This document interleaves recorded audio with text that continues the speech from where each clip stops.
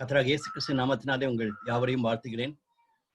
மறுபடியும் நம்ம சந்திக்கத்தக்கதாக தேவன் தந்திருக்க கிருபைக்காக ஸ்தோத்திரிக்கிறோம். நம்முடைய மத்தியில் இருக்க சகோதரன் அருண் கோயம்புத்தூர்ல இருக்காங்க. அவங்க நம்மளை ஜெபத்தில் நடத்தும்படி அன்பாய் கேட்டுக்கொள்கிறேன். இந்த நாட்களிலும் கொரோனாவை குறித்து நம்ம நிறைய கேட்டுக்கொண்டிருக்கிறோம். இப்பொழுது இந்த பிள்ளைகளுடைய பரீட்சை இல்லைன்னு சொல்லி இன்னைக்கு கேள்விப்படும் பொழுது, இதெல்லாம் யோசிக்கும் பொழுது இது எப்படி போகுதுன்னு நான் யோசித்து கொண்டிருக்கிறோம். ஆனாலும் தேவன் எவ்வளவு கிருபையாக நமக்கு பலன் தந்து வழிநடத்தி வருகிறார். அருண் நம்முடைய தமிழகத்திற்காகவும் தேசத்திற்காகவும் ஜெபிக்கும்படி அன்பாய் கேட்டுக்கொள்கிறேன். இந்த கொரோனா நாட்களிலே கஷ்டப்பட்டு கொண்டிருக்கிற சகோதரர்களுக்காக நம்ம ஜெபிக்கலாம். சகோதரிகளுக்காக நம்ம பைபிள் ஸ்டடியில ரெகுலரா வந்துட்டு இருக்கிற ஒரு யங் கிராஜுவேட், அவர் கவர்மெண்ட்ல ஒர்க் பண்ணிட்டு இருக்காரு. யூபியில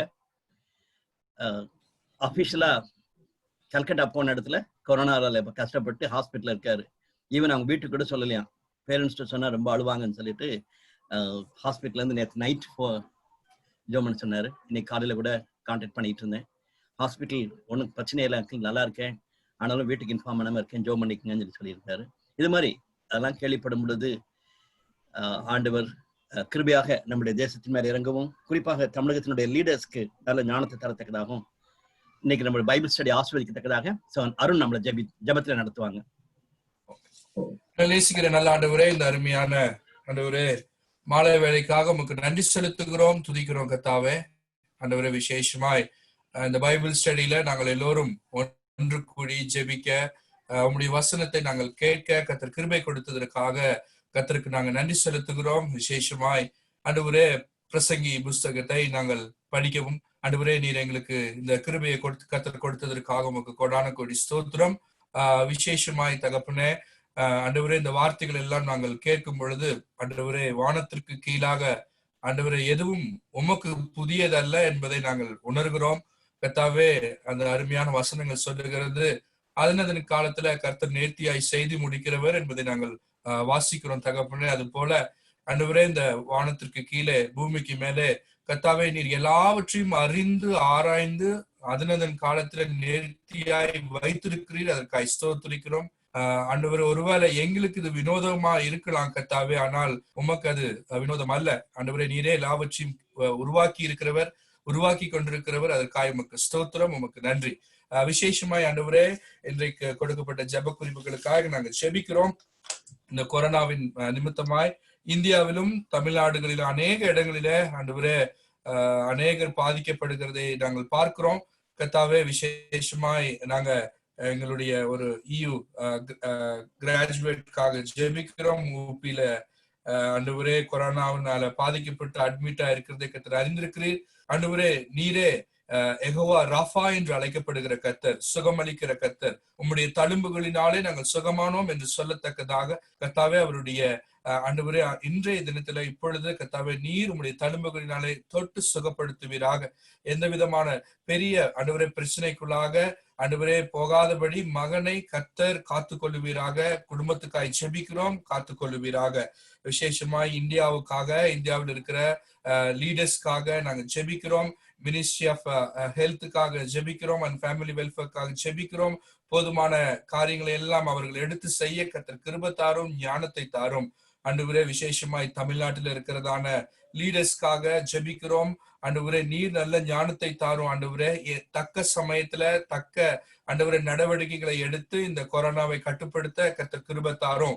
ஆண்டவரே போதுமான வசதிகளை செய்து கொடுங்க. போதுமான மருத்துவ ஆண்டவரே உபகரணங்கள், ஆண்டவரே மருந்துகள் எல்லாம் நேர்த்தியாய் கிடைக்கும்படி செய்யும். அதற்காக ஸ்தோத்திரிக்கிறோம், நாங்க நன்றி செலுத்துகிறோம். எல்லாவற்றுக்கும் மேலாக தகப்பனே ஆண்டவரே இந்த கொரோனாவை கட்டுப்படுத்த எந்த அரசுகள் எப்படிப்பட்டதான விஞ்ஞானிகள் இருந்தாலும் போதாது கர்த்தாவே. நீர் ஒருவர் மாத்திரமே இதை கட்டுப்பாட்டுக்குள்ள கொண்டு வர முடியும் என்பதை விசுவாசிக்கிறோம். உலகம் நம்புகிற ஆண்டவரே காரியத்தை நாங்கள் நம்பல கர்த்தாவே, நாங்கள் உண்மையே நம்பி இருக்கிறோம். எங்கள் கண்கள் உண்மையே நோக்கி இருக்கிறது. ஆண்டவரே இந்த கொரோனாவிலிருந்து இந்த தேசம், இந்திய தேசம் விடுபடவும் உலகம் விடுபடவும் உம்முடைய சமூகத்துல நாங்கள் தாழ்மையாய் கேட்கிறோம். இந்த ஆண்டவரே பைபிள் ஸ்டடி உடைய கருத்துல கொடுத்து ஜெபிக்கிறோம். ஆண்டவரே போதுமான நல்ல ஞானத்தையும் ஆண்டவரே தெளிவையும் கொடுத்து எங்களுக்கு போதிக்கத்தக்கதாக கிருபை தாரும். ஆண்டவரே நீர் உம்முடைய வார்த்தைகளை ஆண்டவரே நாங்க பில்லியனுடைய இருதயத்திலிருந்து கேட்க கர்த்தர் கிருபை தாரும். ஆண்டவராகிய இயேசு கிறிஸ்துவின் மூலம் கேட்டுக்கொள்கிறோம் எங்கள் நல்ல பிதாவே, ஆமென்.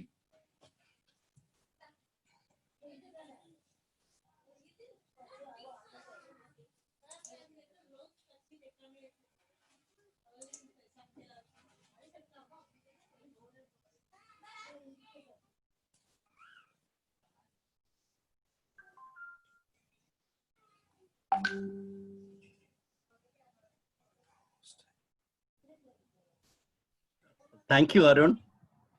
வெல்கம் அண்ணா. தேங்க்யூ. நடுவில் கொஞ்சம் கட் ஆயிடுச்சு. எனவே தேங்க்யூ ஃபார் யர் பிரேயர்ஸ்.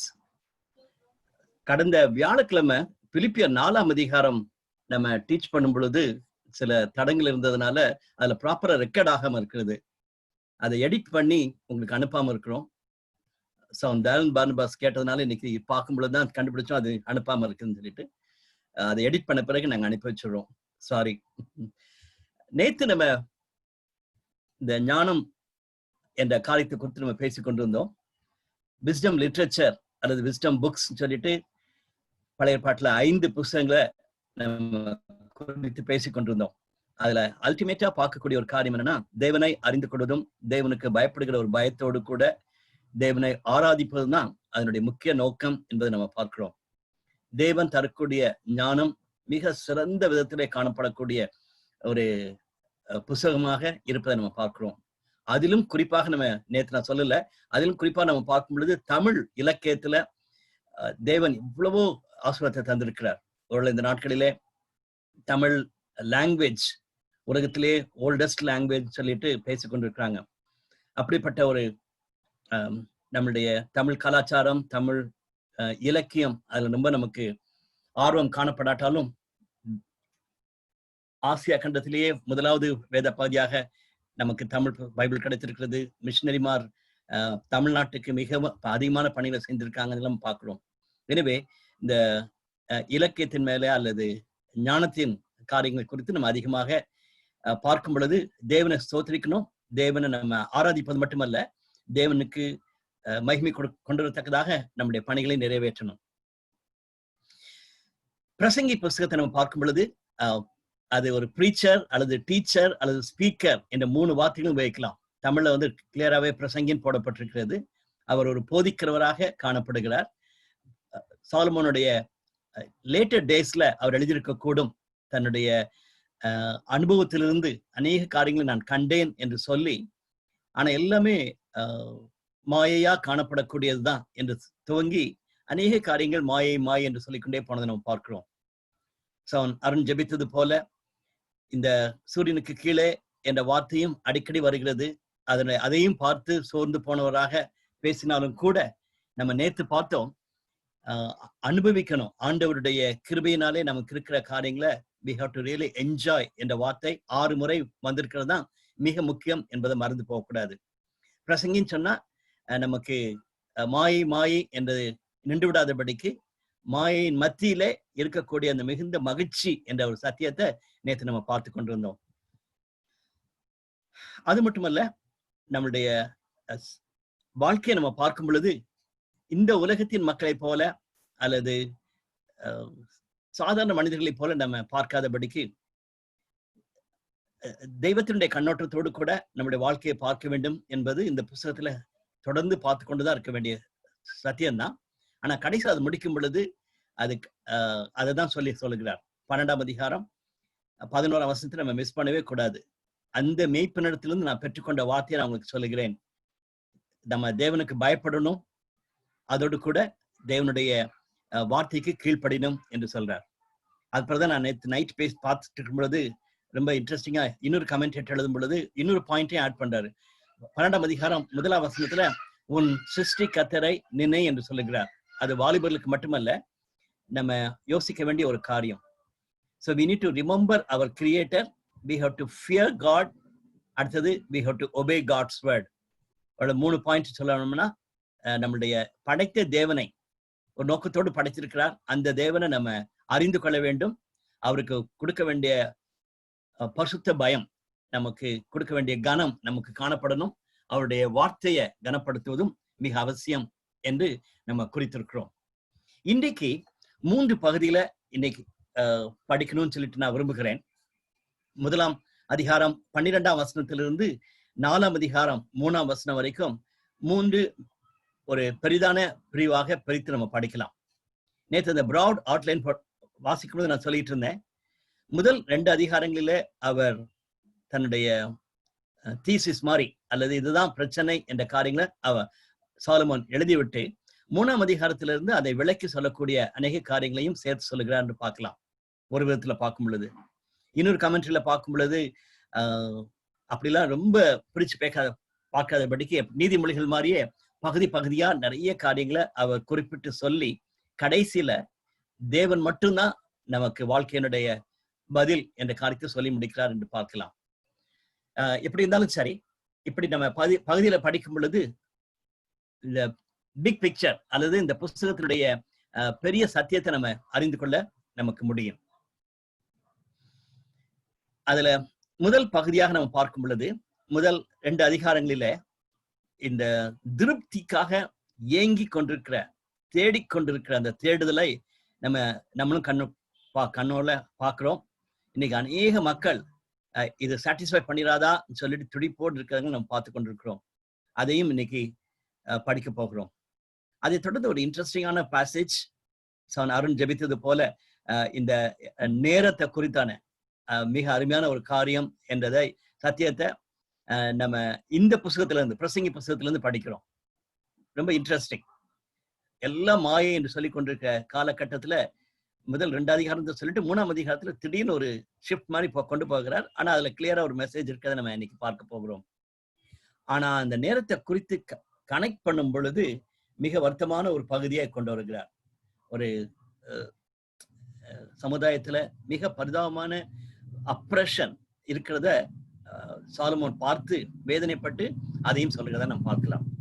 எனவே இன்னைக்கு 3 பகுதியாக பிரித்து படிக்கலாம். நிறைய பேருக்கு இன்டர்நெட் ப்ராப்ளம் இருக்கிறத நான் பார்க்கிறேன். நம்முடைய பாலக்காடுல இருந்து நம்முடைய மத்தியில ஜாயின் பண்ணிருக்கிற சிஸ்டர் பிரியா, அவங்களுக்கு நெட் கிடைக்குமான்னு சொல்லி தெரியல. கிடைச்சுன்னா அவங்க வாசிக்க போறாங்க. பிரசங்கி 3ஆம் அதிகாரம் முதல் 15 வசனங்களை நமக்கு தெரிந்த பகுதி தான். சகோதரி பிரியா, பாலக்காடு EGF மெம்பர், அவங்களுக்கு நெட் கிடைக்குதான்னு தெரியல, பார்ப்போம். சிஸ்டர் பிரியா, பிரசங்கி 3ஆம் அதிகாரம் முதல் 15 வசனங்கள்.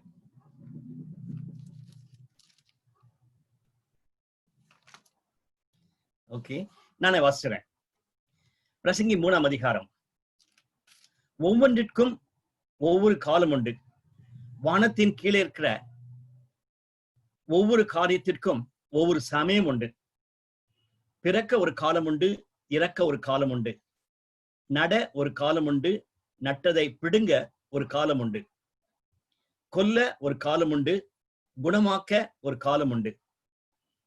இடிக்க ஒரு காலம் உண்டு, கட்ட ஒரு காலம் உண்டு. அழ ஒரு காலம் உண்டு, நகைக்க ஒரு காலம் உண்டு. புலம்ப ஒரு காலம் உண்டு, நடனம் பண்ண ஒரு காலம் உண்டு. கற்களை எரிந்து விட ஒரு காலம் உண்டு, கற்களை சேர்க்க ஒரு காலம் உண்டு. தழுவ ஒரு காலம் உண்டு, தழுவாமல் இருக்க ஒரு காலம் உண்டு. தேட ஒரு காலம் உண்டு, இழக்க ஒரு காலம் உண்டு. காப்பாற்ற ஒரு காலம் உண்டு, எரிந்துவிட ஒரு காலம் உண்டு. கிழிக்க ஒரு காலம் உண்டு, தைக்க ஒரு காலம் உண்டு. மௌனமா இருக்க ஒரு காலம் உண்டு, பேச ஒரு காலம் உண்டு. சிநேகிக்க ஒரு காலம் உண்டு, பகைக்க ஒரு காலம் உண்டு. யுத்தம் பண்ண ஒரு காலம் உண்டு, சமாதானம் பண்ண ஒரு காலம் உண்டு. வருத்தப்பட்டு பிரயாசப்பட்டவனுக்கு அதனால் பலன் என்ன? மனுபுத்திரர் பாடுபடும்படி தேவன் அவர்களுக்கு நியமித்த தொல்லையை கண்டேன். அவர் சகலத்தையும் அதனதின் காலத்திலே நேர்த்தியாக செய்திருக்கிறார். உலகத்தையும் அவர்கள் உள்ளத்திலே வைத்திருக்கிறார். ஆதலால் தேவன் ஆதி முதல் அந்த மட்டும் செய்து வரும் கிரியையை மனுஷன் கண்டுபிடியான்.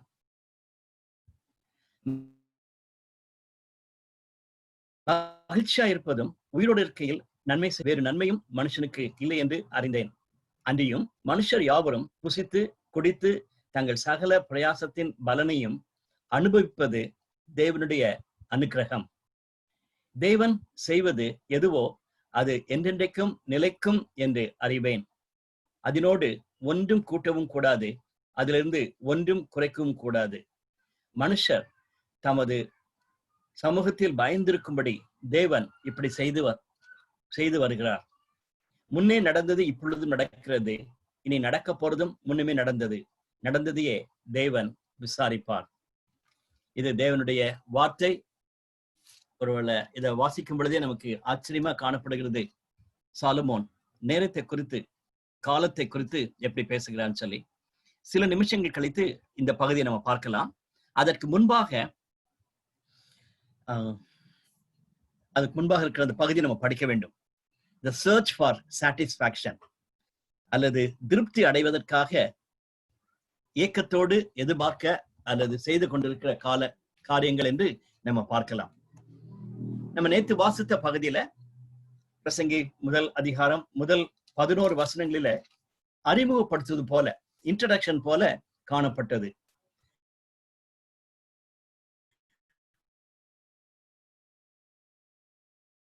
ஆனா 12ஆம் வசனத்துக்கு பிறகு அவர் தன்னுடைய அனுபவமாகவும் மற்றவருடைய அனுபவம்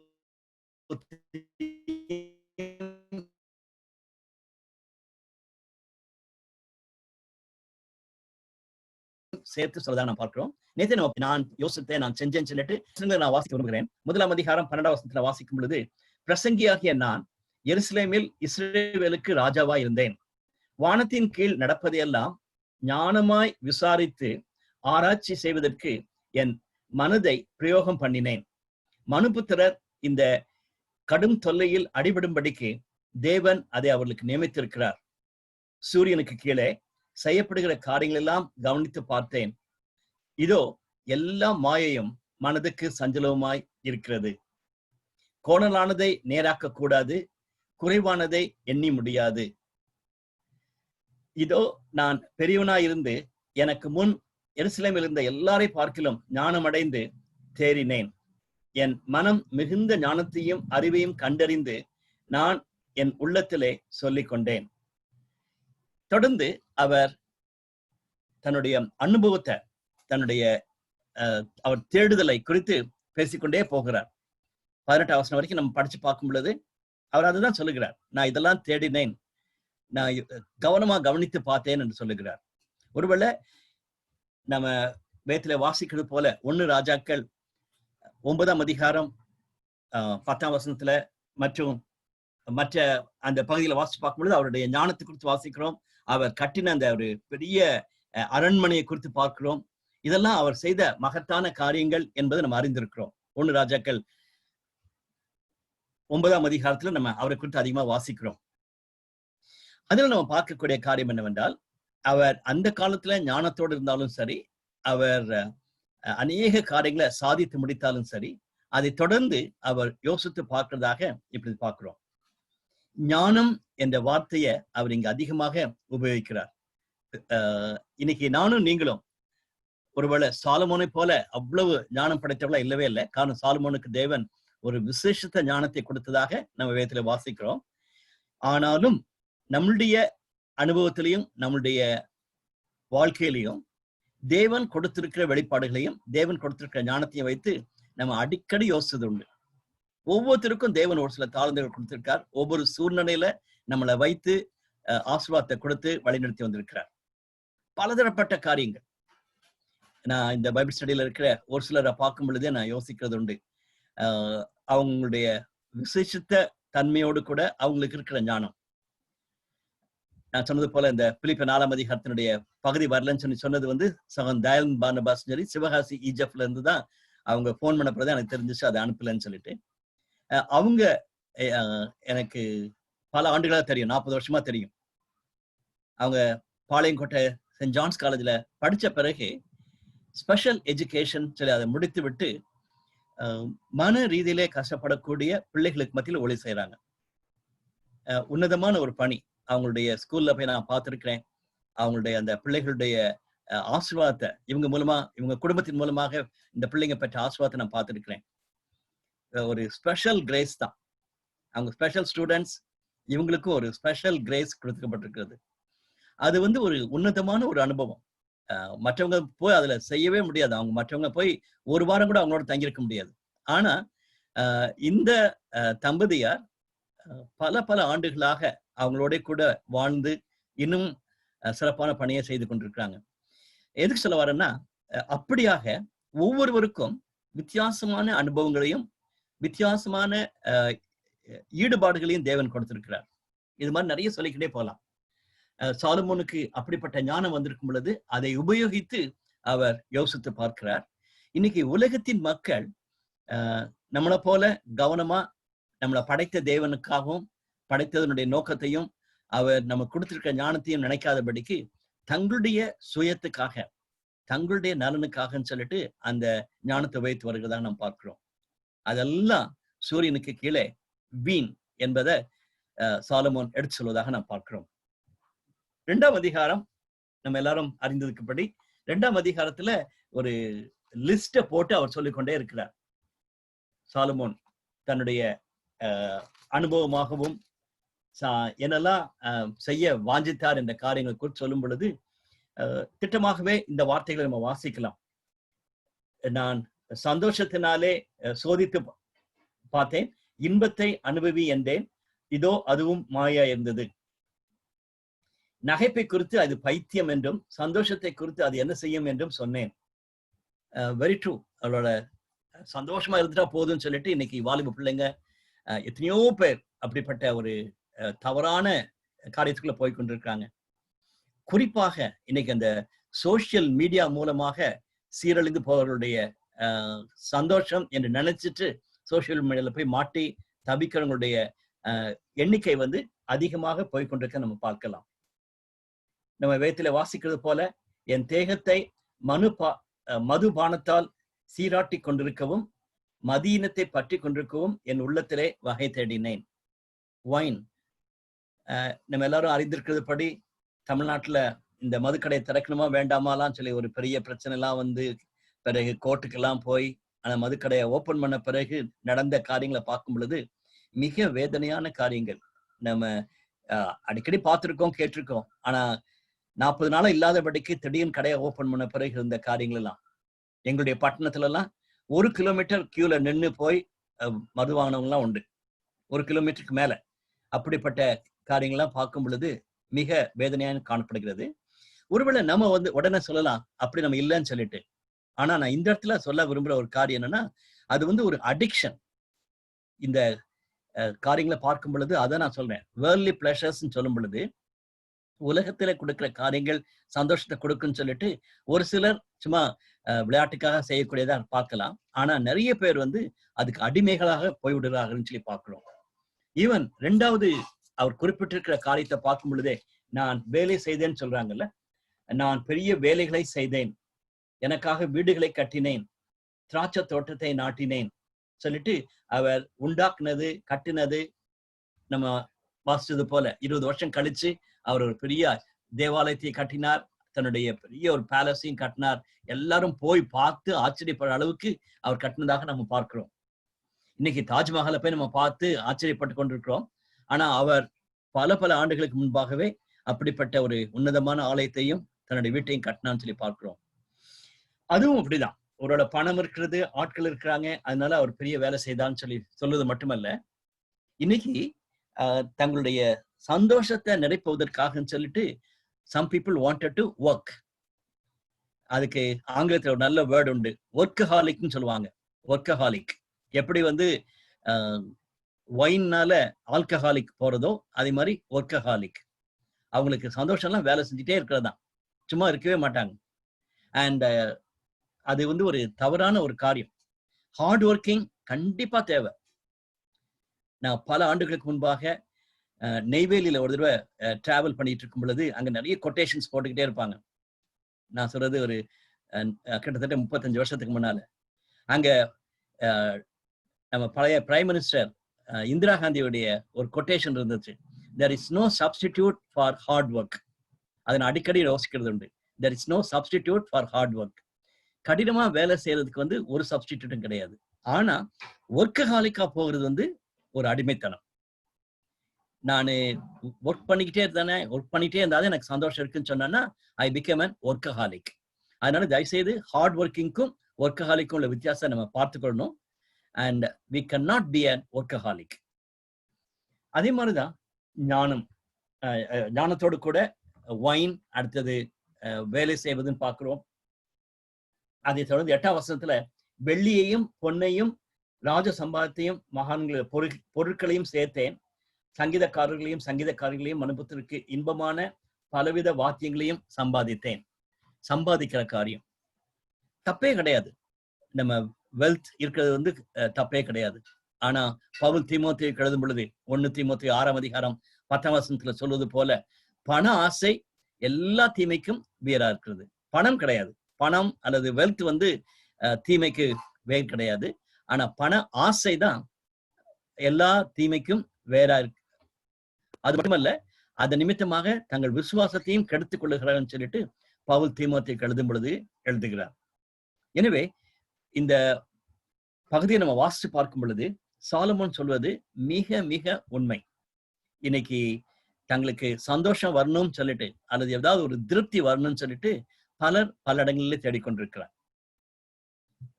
ஒருவேளை கிட்டத்தட்ட 3000 வருஷத்துக்கு முன்பாக எழுதின ஒரு பகுதியாக காணப்படலாம். ஆனா இந்த காலகட்டத்துல வாசிக்கும் பொழுதும் அது மிக உண்மை என்பதை நம்ம பார்க்கிறோம். ஒருவேளை வித்தியாசமான வார்த்தைகளையும் நம்ம சொல்லணும். அதான் இன்னைக்கு நான் பர்சனல் ரிஃப்ளெக்ஷனை போட்ட முதலாவது கேள்வி. நான் ஒண்ணு சொன்னேன், சோசியல் மீடியான்னு சொல்லிட்டு. அது மாதிரி அநேக காரியங்கள் நம்ம அடுக்கிக்கொண்டே போகலாம். இன்னைக்கு மக்கள் சாட்டிஸ்பாக்சன் வரணும்னு சொல்லிட்டு, தங்களுக்கு திருப்தி வரணும்னு சொல்லிட்டு, சுய இன்பம் கிடைக்கணும்னு சொல்றதுக்காக சொல்லி பல தவறான காரியங்களை செய்து கொண்டிருக்காக நம்ம பார்க்கலாம். அதை தொடர்ந்து 12ஆம் வசனத்துக்கு பின்பாக அவர் ஒரு மாறுதலை கட்டளிட்டதா ஒரு வித்தியாசமான ஒரு பின்னோட்டத்துல சொல்றதை நம்ம பார்க்கிறோம். நான் ஞானமானது என்ன என்றும் பைத்தியம் மதியினம் என்ன என்றும் பார்த்து அறியும்படி திரும்பினேன். ராஜாவுக்கு பின்வரும் மனுஷன் என்ன செய்யக்கூடும், எதை செய்வான் சொல்லிட்டு அவர் தன்னுடைய அசஸ்மெண்ட், இது வரைக்கும் சொன்ன காரியத்தை அசஸ் பண்ற, அதாவது நம்ம அதை வச்சு பேசக்கூடியதாக அவர் பார்க்கிறோம். அதுல குறிப்பாக ஞானத்தையும் மதியினத்தையும் கம்பேர் பண்ணி அநேக காரியங்களை சொல்லுகிறார். அதுதான் மிக உண்மையான ஒரு சத்தியம். 16ஆம் வசனத்துல மூடன் என்றாலும் ஞானி என்றாலும் என்றைக்கும் நினைவில் இருப்பதில்லை. அது மாதிரி இப்போ மூடனுக்கும் ஞானிக்கும் குறித்தான வித்தியாசத்தை அவர் குறிப்பிட்டு சொல்லுகிறார். நம்ம ஞானவான் நினைச்சு கொண்டிருக்கிறோம், சில நேரத்துல மூடர்களா போயிடுறோம்னு சொல்லிட்டு. அது மிக மிக உண்மை.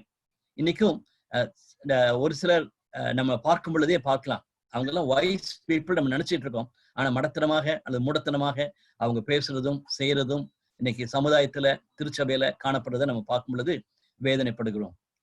நம்ம எச்சரிக்கப்படுகிறோம். நம்ம ஞானமா இருக்கிறோம்னு சொல்லி நினைக்கலாம், ஆனா முட்டாள்தனமா பேசுவதும் முட்டாள்தனமா செய்வதும் நிறைய வாய்ப்புகள் இருக்கு என்பதை இந்த பகுதியில குறிப்பிட்டு சொல்லுகிறார். அது மட்டுமல்ல, அதுபடிக்கு தொடர்ச்சி மீதியா இருக்கிற பகுதியை நம்ம பார்க்கும் பொழுது அவர் கொடுக்க வேண்டிய மிக முக்கியமான ஒரு காரியம், தேவனுடைய படைப்புல நம்ம மகிழ்ச்சியா இருக்கணும். தேவன் கொடுக்கிற படைப்புல அவர் திருப்தி ஆகணும், அதுலதான் சந்தோஷப்படணும் என்பதையும் அவர் இந்த 2ஆம் அதிகாரத்தினுடைய முடிவுல சொல்வதா நாம் பார்க்கிறோம். நேற்றே நம்ம துவக்கத்துல வாசிச்சோம். 24ஆம் வசனம், மனுஷன் புசித்து குடித்து தன் பிரயாசத்தின் பலனை அனுபவிப்பதை பார்க்கலும் அவனுக்கு ஒரு நன்மையும் இல்லை, அதுவும் தேவனுடைய கரத்திலிருந்து வருகிறது என்று நான் கண்டேன் சொல்லிட்டு அந்த 26ஆம் வசனம் வரைக்கும் இருக்கிற பகுதியில அவர் அதான் சொல்லுகிறார். தேவன் தமது பார்வைக்கு நல்லவனா இருக்கிறவனுக்கு ஞானத்தையும் அறிவையும் இன்பத்தையும் அளிக்கிறார். ஞானத்தையும் அறிவையும் இன்பத்தையும் அளிக்கிறார்.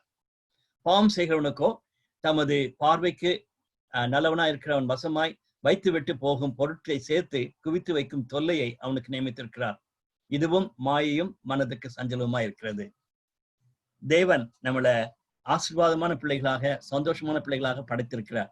இன்னைக்கு நானும் நீங்களும் இந்த 26ஆம் வசனத்துல வாசிக்கிறது போல தேவன் கொடுக்கிற ஞானத்தையும் அறிவையும் இன்பத்தையும் அனுபவிக்க வேண்டும். ஒருவேளை அப்படி ஒரு திருப்தியான ஒரு நிம்மதியான வாழ்க்கை, அப்படிப்பட்ட ஒரு நிறைவான வாழ்க்கை இல்லாதபடிக்கு இருக்குமானால் எச்சரிக்கப்படுகிறோம், கவனமா இருக்கணும்.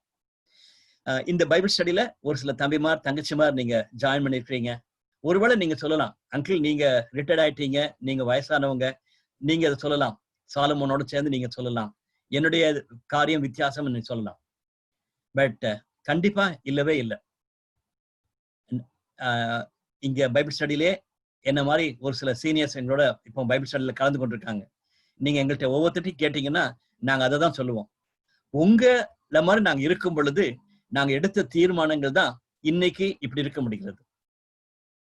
அந்த காலத்துல நாங்க நோன் சொல்ல வேண்டிய காரியங்களுக்கு நோன் சொல்லியும், எஸ் சொல்ல வேண்டிய காரியங்களுக்கு எஸ் சொல்லி, ஆண்டவருக்கு தங்களுடைய வாழ்க்கையை முழுதுமா அர்ப்பணித்தது நிமித்தமாக தான் இன்னைக்கு அப்படிப்பட்ட ஒரு மனப்பக்குவத்தை பெற்றிருக்க முடிகிறது. ஐம் நாட் சேயிங் தட் ஏதோ பைபிள் வசனங்களை மனப்பாடம் பண்ணதுனால, சண்டே ஸ்கூலுக்கு போனதுனால, அல்லது வெக்கேஷன் பைபிள் ஸ்கூல்ல அட்டென்ட் பண்ணதுனால அப்படி நான் சொல்லல. தனிப்பட்ட அனுபவத்துல நாங்கள் அறிந்திருந்து அப்படிப்பட்ட தீர்மானங்களை எடுத்ததுனாலதான் இன்னைக்கு நாங்க நிற்க முடிகிறது. அதனால தம்பிமார் தங்கச்சிமார், கண்டிப்பாகவே நீங்க ஒவ்வொருவரும் இதை சீரியஸாக எடுக்கணும் என்பதுதான் என்னுடைய அன்பான வேண்டுகோள்.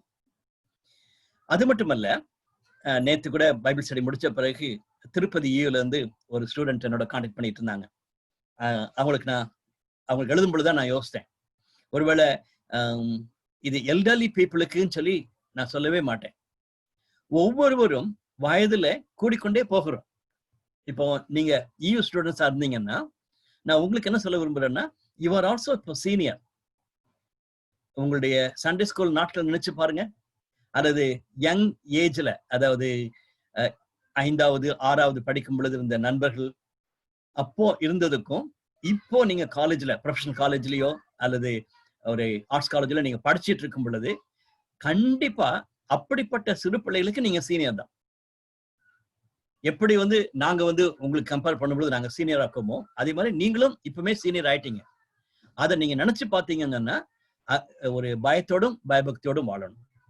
சோ சாலமோன் சொல்வது போல, சூரியனுக்கு கீழே இதெல்லாம் நான் அனுபவிச்சாதான் நான் அறிந்து கொள்ளணும்னு அவசியமே கிடையாது. உங்களுடைய ஞானத்தை உபயோகித்து இப்பொழுது நான் சந்தோஷமா இருக்க வேண்டியதை, இன்பத்தை தேவன் கொடுத்திருக்கிறார், இயேசு கிறிஸ்துவுக்குள்ளாக கொடுத்திருக்கிறார் என்ற உணர்வோடு கூட நம்ம வாழணும். 1 கொரிந்தியர் 2ஆம் அதிகாரத்துல இப்படியாக சொல்லுகிறார். அதாவது நம்ம ஞானத்துல வளர்ந்து மெச்சூர்டா போவதற்கு we declare God's wisdom, a mystery that has been hidden and God destined for glory before time began. நமக்கு தேவன் கொடுத்திருக்கிற அப்படிப்பட்ட வெளிப்பாடை நம்ம அறிந்திருக்கிறோம் என்ற ஒரு சத்தியத்தை பவுல் கொரிந்து சபையாருக்கு எழுதும் பொழுது சொல்லுகிறார். அது நம்ம ஒவ்வொருவருக்கும் பொருந்தும். அது வயசானவங்களுக்கு மட்டுமல்ல, ஒவ்வொருவருக்கும் பொருந்தும். என்னைக்கு நம்ம ரட்சிக்கப்பட்டோமோ, ரட்சிக்கப்பட்ட பின்பு தேவனுடைய சத்தியத்தை அறிந்து கொண்டோமோ, அந்த அந்த ஞானத்தை, தேவன் கொடுத்த அந்த வெளிப்பாட்டை நம்ம பெற்றுக்கொண்டது நிமித்தமாக, மிஸ்ட்ரின்னு சொல்றது ஏதோ ஒரு சீக்ரெட் காரியம் கிடையாது. இன்னைக்கு இந்த யோகாலாம் சொல்லும் பொழுது ஒரு மிஸ்ட்ரி, ஒரு சீக்ரெட் இதுக்கு நான் உங்களுக்கு சொல்லுவோம், நீங்க செய்யணும்லாம் சொல்லிட்டு இருக்காங்க. அது வித்தியாசமான ஒரு சீக்ரெட். நம்ம வேதாகமத்துல, குறிப்பாக பவுல் அவருடைய தியாலஜில மிஸ்ட்ரி என்று சொல்லக்கூடிய ஒரு காரியம் என்னவென்றால், பழைய ஏற்பாட்டின் காலத்துல எத்தனையோ காரியங்கள் அவளோடு காத்திருந்த மக்கள் எதிர்பார்த்திருந்த காரியத்தை இயேசு கிறிஸ்துவுக்குள்ளாக தேவன் வெளிப்படுத்தியிருக்கிறார் என்ற ஒரு ரகசியம் தான் மிக முக்கியமான ஒரு காரியம். கொலோசியர் 1ஆம் அதிகாரத்தை படிச்சு பார்த்தீங்கன்னா அது ரொம்ப அழகா சொல்வார். கிறிஸ்துவே அந்த ரகசியம் என்று சொல்லுவார். அப்படிப்பட்ட மிஸ்ட்ரிய நம்ம எப்போ அறிந்து கொண்டோம்? இயேசு கிறிஸ்து நம்ம சொந்த வாழ்க்கை, நம்முடைய வாழ்க்கையில சொந்த ரட்சகராக ஏற்றுக்கொண்ட பொழுது அவரே ஞானமாக, தேவனுடைய ஞானமாக நமக்கு வெளிப்பட்டிருக்கிறார். எனவே இன்னைக்கு நானும் நீங்களும் கிறிஸ்தவர்களாக, இயேசு கிறிஸ்துவை ஏற்றுக்கொண்டவர்களாக, விசுவாசிகளாக வாழும் பொழுது தேவன் படைத்த நோக்கத்தை நாம் அறிந்து அதுக்குள்ள சந்தோஷமாக இருந்து அந்த ஞானத்தை வெளிப்படுத்துவதற்காக தேவன் நமக்கு கிருபை பாராட்டுகிறார். அததான் இன்னைக்கு பிரசங்கி புத்தகத்திலிருந்து படித்துக் கொள்ளணும். நெகட்டிவா மாயை மாயை என்று நம்ம யோசிக்காதபடிக்கு பாசிட்டிவாக இந்த காரியத்தை கற்றுக்கொள்ள வேண்டும் என்பதுதான் நம்ம முதல் பகுதியிலேயே கற்றுக்கொள்ள வேண்டிய பாடம். 3ஆம் அதிகாரம் இப்பொழுது வாசிக்கப்பட்ட பகுதியை நம்ம பார்க்கும் பொழுது ஒவ்வொன்றுக்கும் ஒரு நேரம் உண்டுன்னு சொல்லிட்டு அவர் குறிப்பிட்டு சொல்லுகிறார். அதிலும் குறிப்பாக சொல்லும் பொழுது 1ஆம் வசனத்துல ஒவ்வொன்றிற்கும் ஒவ்வொரு காலம் உண்டு, வானத்தின் கீழ் இருக்கிற ஒவ்வொரு காரியத்திற்கும் ஒரு சமயம் உண்டு. So we need to understand the importance of time. And நேரம் சொல்லும் பொழுது 24 hours அல்லது how to manage time அதெல்லாம் நம்ம நிறைய கேட்டிருக்கோம். அப்படி நான் சொல்லல, சீசன்ஸ் அல்லது காலங்கள் என்பதா சரியான வார்த்தை. காலங்கள். இப்ப நம்ம வாசிச்சது போலவே பல வித்தியாசமான எதிர்மறையான காரியங்கள். பிறக்க ஒரு காலம் உண்டு, இறக்க ஒரு காலம் உண்டு. ஒரு செடியை நடதுக்கு ஒரு காலம் உண்டு, கொஞ்ச நாள் கழிச்சு அதை பிடிஞ்சி போடாங்க ஒரு காலம் உண்டு. அது மாதிரி பல தரப்பட்டதா காரியங்களை அவர் சொல்லுகிறார். ஒரு சில காரியங்கள் ஆச்சரியமாகவே இருக்கிறது. சிநேகிக்க ஒரு காலம் உண்டு, பகைக்க ஒரு காலம் உண்டு, யுத்தம் பண்ண ஒரு காலம் உண்டு, சமாதானம் பண்ண ஒரு காலம் உண்டு என்று முடிக்கும் பொழுது அவர் சொல்லுகிறார். இப்படியாக பலதரப்பட்ட காலங்களை நம்ம கடந்து போகிறோம் என்ற ஒரு சத்தியத்தை அவர் சொல்லுகிறார். எதுக்கு சொல்றாருன்னா, தேவன் நமக்கு அப்படிப்பட்ட ஒரு கிருபைய ஆண்டவர் கொடுத்திருக்கிறார் என்ற சத்தியத்தை சொல்லிவிட்டு அதை தொடர்ந்து நம்ம வாசிக்கிறோம். தேவனுடைய அந்த பெர்ஃபெக்ட் டைமிங், ஆண்டவருடைய செயல்பாட்டினுடைய நேரத்தை அறிந்து கொள்வதற்கு அநேக காரியங்களை சொல்லியிருக்கிறார். அது மட்டுமல்லாதபடிக்கு பின்னால இருக்கிற பகுதியில படிச்சு பார்க்கும் பொழுது இங்கிலீஷ் பைபிள்ல பாத்தீங்கன்னா there's a shift. 8ஆம் வசனம் வரைக்கும் தொடர்ச்சியா ஒரு போயட்ரி மாதிரி வந்திருக்கும். 9ஆம் வசனத்துக்கு பிறகு 15ஆம் வசனம் வரைக்கும் அது ஒரு ப்ரோஸ் மாதிரி கொடுக்கப்பட்டதை நம்ம பார்க்கலாம். அவரோட ஓல்டு கிங் ஜேம்ஸ் வெர்ஷன்ல உலகத்தையும் அவர்கள் உள்ளத்திலே வைத்திருக்கிறார் என்று போடப்பட்டிருக்கிறது. ஆனா சில நியூ வெர்ஷன்ஸை பார்த்தீங்கன்னா God has kept eternity in their hearts ன்னு சொல்லுவோம். நம்ம அதை சரியானத்துல புரிந்து கொள்ளணும். உலகத்தை அவர்கள் உள்ளத்திலே வைத்திருக்கிறார் 11ஆம் வசனத்துல.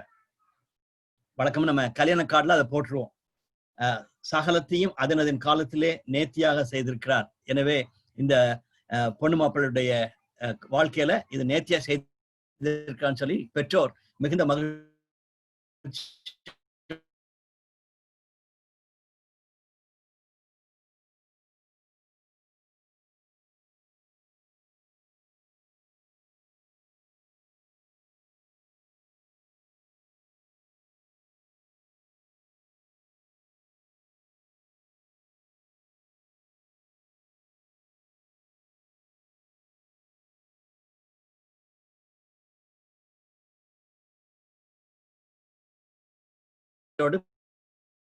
பிரசங்கி 3:11 போட்டுருவாங்க. முக்கியமான காரியமா நான் சொல்ல விரும்புகிறேன். தேவன் ஆதி முதல் அந்த மட்டும் செய்து வரும் கிரியையை மனுஷன் கண்டுபிடியான் சொல்லிட்டு எதுக்கு முன்னாடி சொல்றாரு? உலகத்தையும் அதாவது அவர்கள் உள்ளத்திலே வைத்திருக்கிறார் என்று சொல்லிவிட்டு இந்த சாத்தி சொல்றாரு. நம்ம we cannot understand God's mysterious அல்லது தேவனுடைய மகத்தான காரியங்களை சுலபமான விதத்துல அறிந்து கொள்ள முடியாது என்று சொல்லுகிறார். இன்னொரு விதமா நான் சொல்ல போனேன்னா, தேவன் அப்படிப்பட்ட மகத்தான காலங்களையும் நேரத்தையும் நமக்கு வைத்திருக்கும் பொழுது நானும் நீங்களும் கவனமாக அதை பார்க்க வேண்டும். அது சொல்ல வேண்டும் என்றால் 8ஆம் அதிகாரம் 6ஆம் வசனத்தில் இப்படி சொல்லுகிறார், எல்லா காரியத்துக்கும் காலமும் நியாயமும் உண்டு, ஆதனால் மனுஷனுக்கு நேரிடும் சஞ்சலமும் மிகுதி. அதுக்கு முந்தின வசனம், கற்பனையை கைக்கொள்கிறவன் ஒரு தீங்கையும் அறியான், ஞானியின் இருதயம் காலத்தையும் நியாயத்தையும் அறியும். ஞானியின் இருதயம் காலத்தையும் நியாயத்தையும் அறியும். சோ இன்னைக்கு ஞானி என்பது ஏதோ படித்த காரியங்கள் கிடையாது. ஒரு ஞானமாய் யோசிக்கக்கூடிய நபர் என்று சொல்லுவோமானால் இயேசு கிறிஸ்துவை அறிந்து கொண்ட நம்ம எல்லாரும் ஞானிகள் தான். அதான் நான் சொன்னேன், இந்த விஸ்டம் லிட்ரேச்சரை படிக்கும் பொழுது கற்றுக்கொண்ட இந்த ஒரு காரியம் என்னன்னா, ஞானம் என்பது தேவன் கொடுக்கக்கூடிய காரியம். நீதிமொழிகளை நம்ம படிக்கும் பொழுது பார்க்கிறோம், துன்மார்க்கன் நீதிமான் என்று பார்க்கும் பொழுது ஞானவான் என்று சொல்லுவது பார்த்தீங்கன்னா நீதிமான குறித்து தான் சொல்லப்பட்டிருக்கும். ஸோ என்னைக்கு நம்ம இயேசு கிறிஸ்து சொந்த ரட்சகரை ஏற்றுக்கொண்டோமோ நம்ம தேவன் நமக்கு அந்த ஞானத்தை கொடுத்திருக்கிறார் என்பது அறிந்திருக்கிறோம். ஸோ அப்படிப்பட்டவருடைய இருதயம் காலத்தையும் நியாயத்தையும் அறியும் என்று போட்டிருக்கிறது.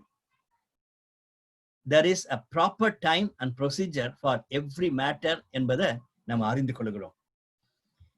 கிறிஸ்துவுக்கு பிரியமானவர்களே, இன்னைக்கு நான் 2வது பாயிண்டா நான் ஸ்ட்ரெஸ் பண்ணி சொல்ல விரும்பின ஒரு காரியம் என்னன்னா, இந்த காலத்தை குறித்து நேரத்தை குறித்து நமக்கு எண்ணம் மிக அவசியம். 3 காரியங்களை உங்களோட கூட அதுல போக்கஸ்டா சொல்லி அடுத்த பகுதிக்கு போக விரும்புகிறேன். முதலாவது காரியம், படைப்புல தேவன் காலங்களை படைத்திருக்கிறார் என்று பார்க்கிறோம். நேற்று அதான் நான் சொல்லிட்டு இருந்தேன். சம்மர், வின்டர், ஸ்பிரிங், ஆட்டம் என்ற 4 சீசன்ஸை வந்து ஒரு வருஷத்துல உண்டாக்கி இருக்கிறார். முதலாவது ஆண்டவர் உருவாக்கும் பொழுதே காலை மாலை என்ற வெளிச்சத்தையும் இருளையும் பிரித்திருக்கிறத நாம் பார்க்கிறோம். அதுவே ஒரு கிளியர் கட்டா ஒரு ஷிஃப்ட் தான், day time and night time என்று. சில நேரத்துல அப்படிதான் நம்ம பேசும் பொழுது சாதாரணமா சொல்லிக் கொண்டிருப்போம். ஒருவேளை நம்ம இப்ப இருட்டாதாலும் சீக்கிரமாக வெளிச்சம் வரப்போகிறது என்ற நம்பிக்கையோடு கூட நம்ம காத்திருக்கலாம் சொல்லுவோம்.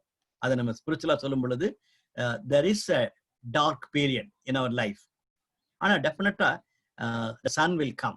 So we are going to have a new day. நம்ம இன்னைக்கு ஒரு இரவு போல கழித்து கொண்டிருந்தாலும் கூட பெரிய நம்பிக்கையோடு காத்திருக்கலாம். காரணம், ஒரு பகல் வரப்போகுதுன்னு சொல்லிட்டு. அதே மாதிரிதான் காலங்களையும் நம்ம பார்க்கும் பொழுது தேவனுக்குள்ளாக நம்ம மகிழ்ச்சி அடைய வேண்டிய ஒரு காரியம், there are seasons. அதை நம்ம கவனமா கவனித்து பார்க்கணும். மற்ற philosophies they gave different type of things. என்னுடைய பிகாம் கிளாஸ்மேட்ஸ் ஒரு 45 பேர் பக்கத்துல வாட்ஸ்அப்ல இருக்காங்க. என்னுடைய சக ஹிந்து ஃப்ரெண்ட்ஸ் வந்து நிறைய அது மாதிரி செய்திகளை போடுவாங்க. போன வாரத்துல ஒரு என்னுடைய கிளாஸ்மேட் ஒருத்தர் இப்படி போட்டிருந்தார், அவங்களுடைய நம்பிக்கை என்ன என்று, எப்படி வந்து அது காலையும் மாலையும் வருகிறது என்பதை போட்டிருந்தார். I was tempted to write from Genesis first chapter.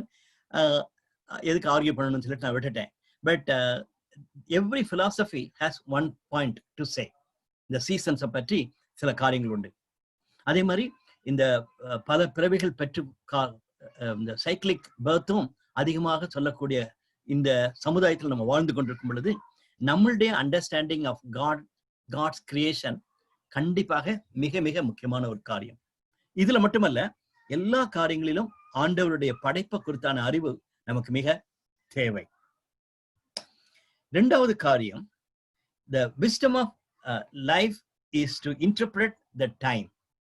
காலத்தை நாம் புரிந்து அதை அறிந்து செய்ய வேண்டிய ஒரு காரியம்.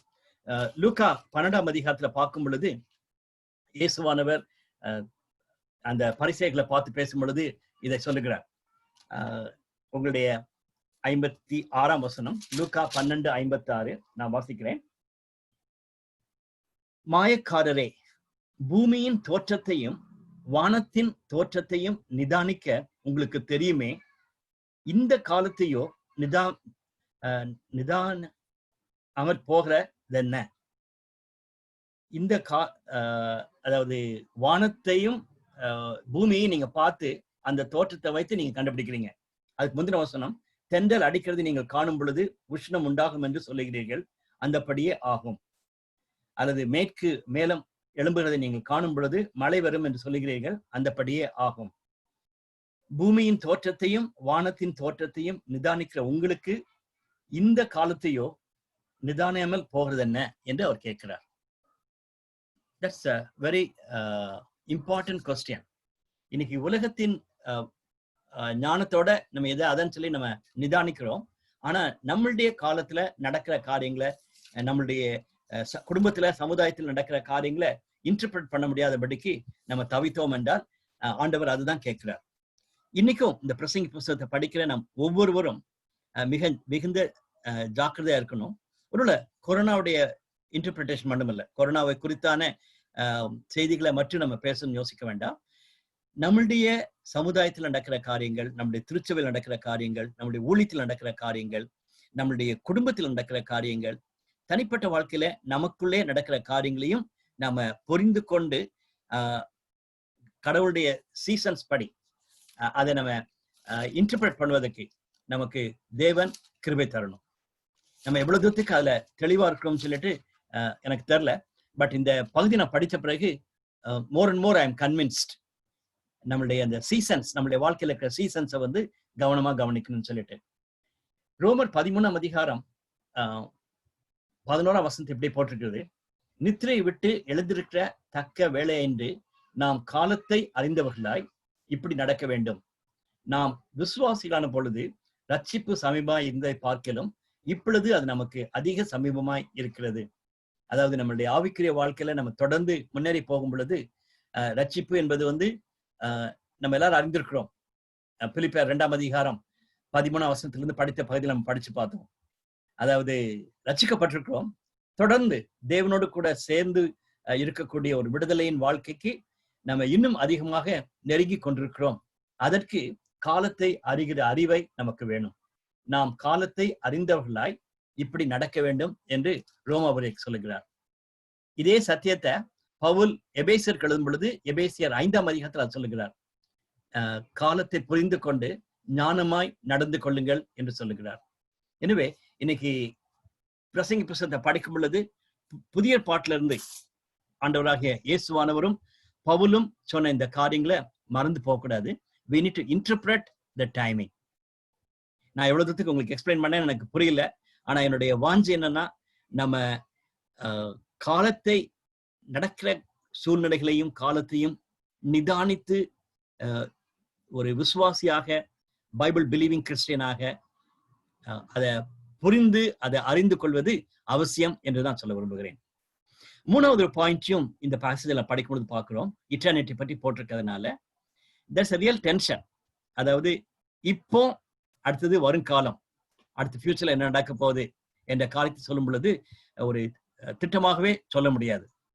வழக்கம் நம்ம தமிழ்ல சொல்லுவாங்கல்ல, செத்தாதான் சுடுகாடு தெரியும் சொல்லிட்டு, நம்ம இறந்த பிறகுதான் நமக்கு என்ன நடக்க போகுதுன்னு சொல்லி தெரியும் சொல்லிட்டு சும்மா சாதாரணமா சொல்லுவாங்க. இட்டர்னிட்டியை பற்றி எனக்கு தெரியலையேன்னு சொல்லி சொல்லக்கூடிய காரியங்கள். ஆனா அதுல ரொம்ப ஒரு இன்ட்ரெஸ்டிங்கான ஒரு அப்சர்வேஷன் எப்படி போட்டிருக்காருன்னா, forever in today by அதாவது we need to find out ஃபியூச்சரை இப்பொழுதே நம்ம பார்க்கணும். அதாவது நித்தியத்துக்குள்ள நம்ம கடந்து போயிட்டோம் சொல்ல அந்த ஒரு பெரிய நம்பிக்கையை நம்ம இப்பொழுதே அனுபவிக்க தோங்கணும்னு சொன்னோம்னா, அது ஆண்டவருடைய கிருபையினால தேவனுடைய வார்த்தையின் அடிப்படையில எனக்கு அந்த நம்பிக்கை இருக்கு. இந்த நம்பிக்கையோடு கூட நம்ம வாழணும். ஏதோ நம்ம செத்தா நம்ம மோட்சத்துக்கு போக போறோம் அது ஒன்னு அப்படின்னு ஒரு காத்திருக்கிற அளவுக்கு இல்லாதபடிக்கு இப்பொழுதே மோட்சத்தை அனுபவிப்பதற்கு ஆண்டவர் கிருபை தந்திருக்கிறார். நம்ம யோவான் புத்தகத்தை படிக்கும்போது அதை பார்த்தோம். 5ஆம் அதிகாரம் 24ஆம் வசனத்துல, என்னை விசுவாசித்து என் வார்த்தையை கீழ்ப்படுகிறவன் அவன் ஆக்கணைக்கு தீர்ப்படபடியாருக்கு நித்திய ஜீவனை கடந்து போயாச்சுன்னு சொல்றார். It's already he has gone into the eternal life என்று அந்த வசனம் சொல்லுகிறது. ஸோ யோவான் 5:24 படி நம்ம நித்தியத்தை இப்பொழுதே என்ஜாய் பண்ணலாம். அதனால பிரசங்கி சொல்வது போல நானும் நீங்களும் விசுவாசிகளா இருப்போமானால் கண்டிப்பாகவே அந்த நித்தியத்தை இப்பொழுதே உணர்ந்து அதை அனுபவித்து வாழ அழைக்கப்பட்டிருக்கிறோம். கடைசி பகுதி நான் சொன்னது போல அது ஒரு மிக கொடூரமான காரியத்தை குறித்து அவர் பேசுகிறதா நாம் பார்க்கிறோம். 3ஆம் அதிகாரம் 16ஆம் 17ஆம் வசனங்களை வாசித்து பார்க்கும் பொழுது அவர் மிகவும் வேதனையோடு கூட சொல்ல ஒரு காரியத்தை சொல்லுகிறார். பிரசங்கி 3ஆம் அதிகாரம் 16-17. பின்னும் சூரியனுக்கு கீழே நான் நியாயஸ்தலத்தை கண்டேன், அங்கே அநியாயம் இருந்தது. நீதிஸ்தாலயம் கண்டேன், அங்கு அநீதி இருந்தது. சகல எண்ணங்களையும் சகல செய்கைகளையும் நியாயம் தீர்க்கும் காலம் இனி இருக்க போறபடியால் சன்மார்க்கனையும் துன்மார்க்கனையும் தேவன் நியாயம் தீர்ப்பார் என்று என் உள்ளத்திலே எண்ணினேன். அதனுடைய காரியம் என்னவென்றால், the people who are oppress பண்ணக்கூடிய அநீதி செய்யக்கூடிய காரியங்கள் அந்த ஓப்பனாகவே நியாயஸ்தானத்துக்கு முன்பாக இருந்ததாக அவர் பார்க்கிறார். தப்பு நடக்கும் பொழுது அல்லது மிக மோசமான காரியங்கள் நடக்கும் பொழுது நியாயஸ்தானத்துக்கு போகாது. இப்படிப்பட்ட அநியாயமும் அநீதியும் நடக்கும் பொழுதுதான் நியாயஸ்தானத்துக்கு முன்பாக போகும். எனவே இந்த பகுதியில அவர் குறிப்பிட்டு சொல்லுகிற காரியம் என்னவென்றால், people who are oppressing. இதை நம்ம ஈஸியா புரிஞ்சு கொள்ளலாம். இன்னைக்கு நம்ம காலகட்டத்துல பார்க்கும் பொழுது அது எவ்வளவு உண்மை. யாரெல்லாம் அநியாயம் பண்றாங்களோ அவங்க பணத்தை வைத்து நேர இதுக்குள்ள கோர்ட்டுக்கு கொண்டு போக பாக்குறாங்க. தப்பு செஞ்சவங்க வந்துதான் வேகமாக கோர்ட்ல போய் ஆர்கியூ பண்றதுக்கு பல காரியங்களை பணம் கொடுத்து வக்கீல்களை உபயோகிக்கிறத நம்ம பார்க்கலாம். அதை தொடர்ந்து அவர் எழுதும் பொழுது சொல்லுகிறார், மனுபுரத்திற்கு சம்பவிக்கிறதை மிருகங்களுக்கும் சம்பவிக்கும். என்று சொன்ன அந்த பகுதி ஃபுல்லா நீங்க மனுஷனையும் மிருகத்தையும் கம்பேர் பண்ணும் பொழுது அது நல்லா புரிஞ்சு கொள்ள வேண்டிய ஒரு காரியம் என்னன்னா, God exposes them that they are like beast. இப்படி நீங்க அநியாயமா செஞ்சு ஒரு அநீதியா கோர்ட்ல போய் கொண்டு போய் சொல்லக்கூடிய காரியத்தை பார்க்கும் பொழுது உனக்கும் மிருகத்துக்கும் வித்தியாசமே இல்லைன்னு சொல்லிட்டு ஆண்டவர் எக்ஸ்போஸ் பண்ணிட்டார் என்பதுதான் அந்த பகுதியினுடைய விளக்கம். நமக்கு டக்குன்னு வாசிச்சு பார்த்தோம்னா ஆஸ் இஃப் நமக்கும் மிருகத்துக்கும் ஒரு வித்தியாசம் இல்லைன்னு சொல்லி மாதிரி இருக்கும். ஆனா இந்த கான்டெக்ட்ல படிச்சு பார்க்கும் பொழுது அநீதி நிறைந்திருக்கிற, அசுத்தம் நிறைந்திருக்கிற காலகட்டத்துல அப்படிப்பட்ட அப்ரஸர்ஸ் இருந்தாங்கன்னு சொல்லி நம்ம பார்க்கலாம். 4ஆம் அதிகாரம் முதல் 3 வசனங்களை அது கனெக்ட் பண்ணக்கூடிய பகுதி. 16, 17 எப்படி அநீதி செய்யக்கூடிய மக்களை குறித்து சொல்லியிருக்காங்களோ அதுக்கு ஜஸ்ட் ஆப்போசிட்ட இங்க இருக்கிறத நான் பார்க்கலாம். இதற்கு பின் நான் சூரியனுக்கு கீழே செயல்படும் கொடுமைகளையும் நான் சிந்தித்து பார்த்தேன். இதோ ஒடுக்கப்படுகிறவர்களின் கண்ணீரை கண்டேன், அவர்களை தேற்றுவார் இல்லை. ஒடுக்கிறவர்கள் பட்சத்தில் பலம் இருந்தது, அப்படி இருந்தும் தேற்றுவார் இல்லை. த அப்ரஸ்ட். எல்லா கமெண்டேட்டர்ஸும் 3ஆம் அதிகாரம் 16, 17 வசனத்தையும் 4ஆம் அதிகாரம் முதல் 3 வசனங்களையும் கனெக்ட் பண்ணி தான் சொல்றாங்க. ஒரு சைட் அநியாயம் செஞ்சு படக்கூடியவங்க, இன்னொரு பக்கத்துல பார்க்கும் பொழுது ஒடுக்கப்படுகிறவர்கள். சாலமோன் மிகுந்த ஒரு ஞானமா இருந்தான், அவர் எல்லா விதத்திலும் ஆசீர்வாதம் இருந்தான்னு சொல்லிட்டு 1 ராஜாக்கள் 4ஆம் அதிகாரத்துல வாசிக்கிறோம். அப்படிப்பட்ட நபர் எவ்வளவு ஒரு டெண்டர் ஹார்ட்டோடு கூட ஒடுக்கப்பட்டவர்களை பார்த்திருக்காரு. எனக்கு அது ரொம்ப ஆச்சரியமா காணப்பட்டது. இன்னைக்கு நமக்கு கொஞ்சம் பணம் வந்த உடனே, கொஞ்சம் ஒரு பொறுப்பு வந்த உடனே, கொஞ்சம் ஒரு பொசிஷன் வந்த பிறகு we forget about people who are oppressed.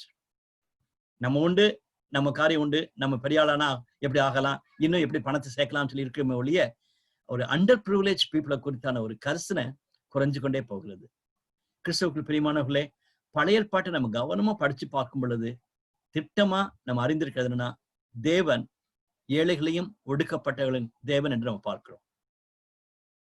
ஒருவேளை பொலிட்டீஷியன் சொல்லியிருக்காரு, ஏழையின் சிரிப்பில் இறைவனை காண்கிறேன்னு சொல்லிட்டு. ஆனா பழைய ஏற்பாட்டை படிக்கும் பொழுது நம்ம திட்டமாவே நம்ம அறிந்திருக்கிறோம், ஏழை ஒடுக்கப்பட்டவர்கள் சிரிச்சாங்கன்னா அல்லது அவங்களுக்கு நம்ம சந்தோஷத்தை கொடுத்தோம்னா ஆண்டவர் நம்ம பார்க்கலாம். Very true. Not because of politician I am saying, but உண்மையிலேயே ஒடுக்கப்பட்டவங்களுக்கு மகிழ்ச்சி கொடுப்பது நமக்கு மிகுந்த ஒரு கடமை. என்னதான் நீங்க பொசிஷன் வந்தாலும் சரி, எல்லா சூழ்நிலையிலும் ஒடுக்கப்படுபவர்கள் இருக்காங்க. காலேஜ் கேம்பஸ்ல இருக்காங்க, படிக்கிற பிள்ளைங்க மத்தியில இருக்காங்க, வேலை செய்யும் இடத்துல இருக்காங்க, நம்முடைய சமுதாயத்துல இருக்காங்க, திருச்சபையில இருக்காங்க. அப்படிப்பட்ட மக்கள் மேல சாலமோனை போல கர்சனோடு இருப்பது மிக அவசியம். அதிலும் குறிப்பாக ஒரு கமெண்டேட்டர் சொல்லும்போது சொல்றாரு, it's very painful to see. இந்த ஹோல் புத்தகத்திலையும் ஒரு பெயின்ஃபுல்லான ஒரு எக்ஸ்பீரியன்ஸ் சொல்லும் பொழுது அவன் பிறக்காம இருந்தா நல்லமா இருக்கும் என்று ஒரு ஒரு அகோரமான ஒரு செய்தியை அவர் குறிப்பிட்டு சொல்லுகிறார். கிறிஸ்தவுக்கு பிரியமானவர்களே, அப்படிப்பட்ட ஒரு வேதனையின் காலத்தை நம்ம உணர்ந்து பார்த்து நம்ம வாழணும். அதுதான் இன்னைக்கு கற்றுக்கொள்ள வேண்டிய 3வது மிக முக்கியமான காரியமா பார்க்கிறோம். இன்னைக்கு உலகம் மிகுந்த மோசமான காலகட்டத்தில் கடந்து போய் கொண்டிருக்கிறது. people who are oppressing are really growing. Oppress ஆகக்கூடியவங்க, இன்னைக்கு கொரோனா மூலமா அப்ரஸ் ஆன மக்கள் எக்கச்சக்கமான பேர் வேதனையோடு கூட இருக்க நம்ம பார்க்கலாம். அது மட்டும் இல்லாதபடிக்கு சாதாரணமாகவே அப்ரஸ்ட் பீப்புள் நம்மளுடைய சர்ச்லயும் சமுதாயத்திலும் அதிகமா இருக்கிறாங்க. அவங்களுக்கு குறித்தான ஒரு கர்சனை நமக்கு தேவை. முடிக்கலாம். 3 காரியங்கள் நான் சொன்னது போல நம்முடைய பர்சனல் ரிஃப்ளெக்ஷனுக்காக நான் போட்டிருக்கேன். What are the present day efforts towards enjoyment of life? Solomon ஒரு பெரிய லிஸ்ட் கொடுத்திருக்கார். 5 காரியத்தை குறிப்பிட்டு சொல்லி இதெல்லாம் நமக்கு சந்தோஷத்தை கொடுக்குன்னு சொல்லி அவர் ட்ரை பண்ணதாக நம்ம பார்க்கிறோம். பட் இந்த காலகட்டத்துல நான் ஒன்னும் சோசியல் மீடியா நான் சொன்னேன், அல்லது நீங்க குறிச்சு பாருங்களேன். 2வது காரியம், how do I process different seasons in my personal life? காலங்களை குறித்து நம்ம இப்போ பேசேஜ்ல வாசிச்சோம். அது வெளிப்படாம சொல்லிட்டோம்னா அது உண்மைதான் நம்ம சொல்லிடுறோம். நம்மளுடைய வாழ்க்கையிலே அப்படிப்பட்ட சீசன்ஸ் வருது. சந்தோஷமா இருக்கிற ஒரு காலம், அழக்கூடிய ஒரு காலம் என்று பல காலங்களை நம்ம கடந்து போகிறோம். தனிப்பட்ட வாழ்க்கையில, குடும்ப வாழ்க்கையில கடந்து போகிறோம். ஹவ் யூ ஆர் ப்ராசஸிங் இட்ங்கிறத நம்ம யோசித்து பார்க்கலாம். ஒரு விசுவாசியா போல நம்ம அதை ப்ராசஸ் பண்றோமா, அல்லது உலகத்தின் மக்களை போல நம்ம தவறான விதத்துல எண்ணம் கொண்டிருக்கோமான்னு யோசித்து பார்க்கலாம். 3வது கேள்வி, அநீதியும் அசுத்தமும் நிறைந்திருக்கிற இந்த சமுதாயத்துல, அது கூடிக்கொண்டிருக்கிற காலகட்டத்துல விசுவாசியாக நான் என்ன செய்கிறேன்னு சொல்லிட்டு யோசிச்சு பார்த்தா நல்லா இருக்கும். ஒண்ணு நம்ம ஜெபிக்கலாம். அப்படிப்பட்ட ஒரு வேதனை, ஒரு ஏக்கம் காணப்படலாம். அதோடு கூட ஒரு சில காரியங்களில நம்மளும் அதுக்கு எதிர்த்து காரியங்களை செய்யலாம். ஆனா எந்த காரணத்தை கொண்டும் அப்ரஸர்ஸுடைய குரூப்புக்கு நம்ம போயிடக்கூடாது. தேவன் தாமே அப்படிப்பட்ட கிருபைகளை தருவாராக. தொடர்ந்து நம்ம பிரசங்க புத்தகத்திலிருந்து நாளைக்கு கண்டினியூ பண்ணலாம். ஜெபிப்போம். எங்கள் அன்பின் ஆண்டவரே, மாயை மாயை எல்லாம் மாயை என்று பிரசங்கி சொல்வதாக நான் பார்த்தாலும் கூட எங்களுக்கென்று நீ வைத்திருக்க சத்தியத்திற்காக ஸ்தோத்திரம். இன்றைக்கு உலகத்தின் மக்களைப் போல நாங்களும் சந்தோஷத்தை வெளிப்பிரகாரமான காரியங்களில் பார்த்து விடாதபடிக்கு என்னையும் எங்களையும் காப்பாற்றலும்.